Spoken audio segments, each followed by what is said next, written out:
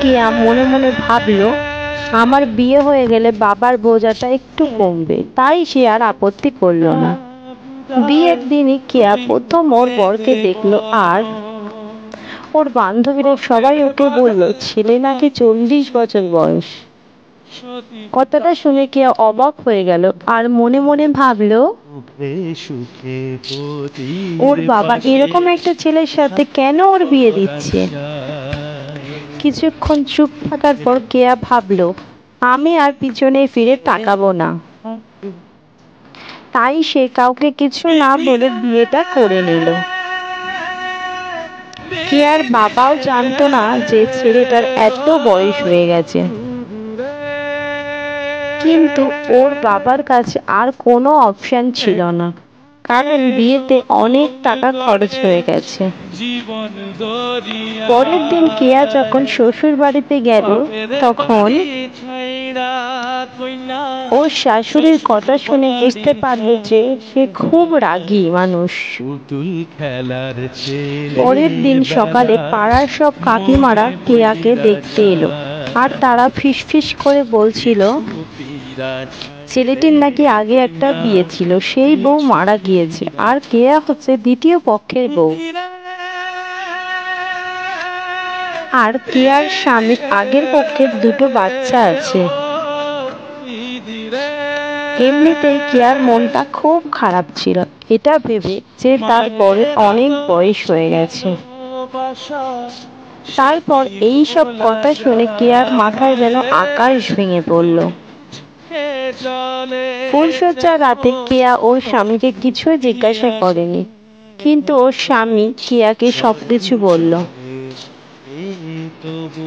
সব কথা শুনে কেয়া অনেক শান্তি পেল আর মনে মনে ভাবলো যে তার স্বামী তো তাকে কোনো মিথ্যা কথা বলেনি।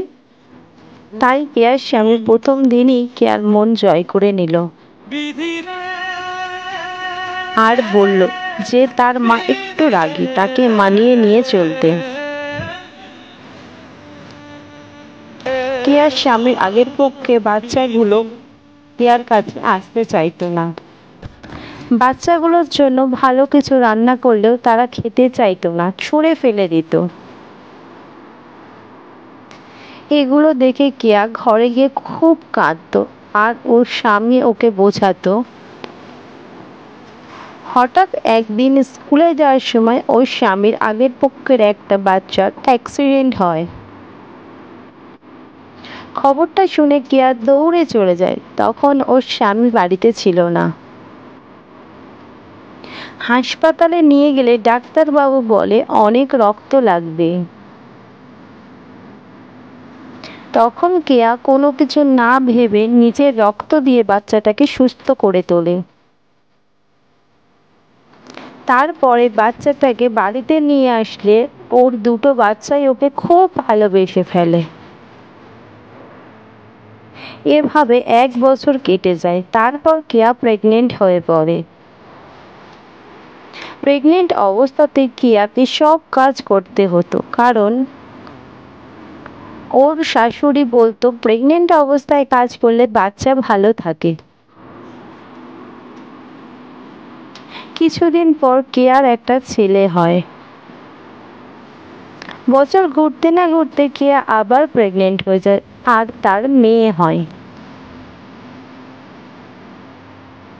কিছু বছর পর কেয়ার স্বামী মারা যায়, আর ও হতাশ হয়ে পড়ে। তখন কেয়া তার 4 সন্তানকে নিয়ে বাপের বাড়িতে চলে আসে। শ্বশুর বাড়িতে যতটুকু জমি জায়গা ছিল সব কিছু লিজে দিয়ে দেয়। সেখান থেকে যতটুকু টাকা পয়সা পায় তা দিয়ে কেয়া ওর সংসার চালায়। কিন্তু কম বয়সে বিধবা হওয়ার জন্য কেয়াকে নিয়ে অনেকেই ঠাট্টা তামাশা করত। লোকজন অনেক খারাপভাবে দেখতো আর অনেক খারাপ কথা বলতো কেয়াকে। বাচ্চাদের কথা ভেবে ও আর দ্বিতীয়বার বিয়ে করেনি। জীবনে টাকাটাই সব নয়, মেয়েদের স্বামী না থাকলে তারা অচল হয়ে পড়ে।